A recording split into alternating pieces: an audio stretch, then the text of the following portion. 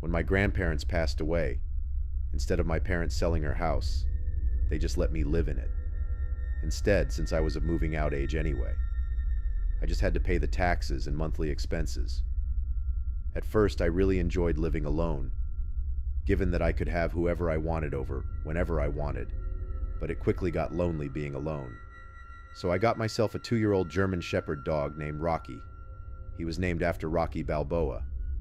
Rocky's a very calm and gentle German Shepherd. He hardly ever barks, only when he feels threatened.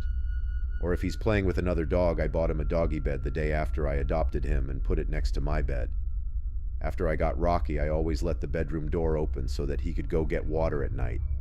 If you were thirsty one night soon after I adopted Rocky, I woke up to his barking coming from outside my room and down the hallway.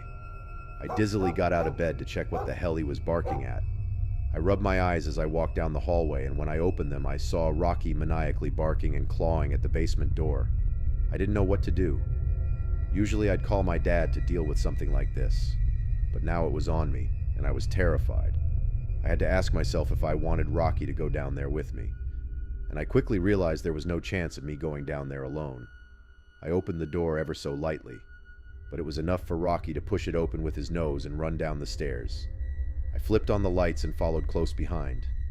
Rocky was silent now, which I found a bit concerning.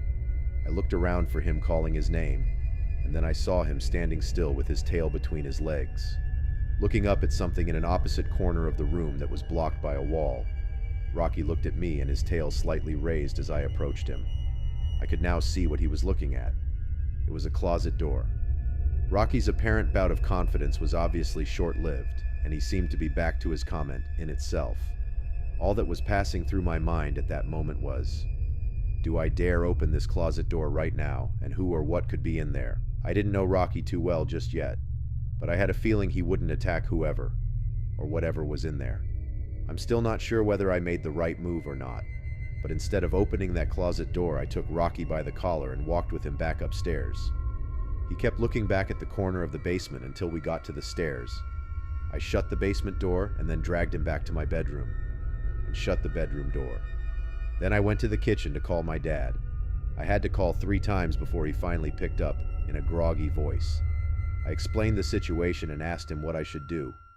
He said I should go back down there with a huge knife or some kind of weapon and see what's in the closet.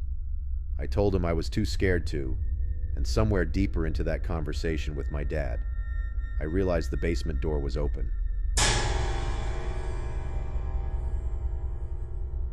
I put the phone down for a second to listen to what I felt were footsteps, and I was right loud and clear were footsteps heading towards the front door.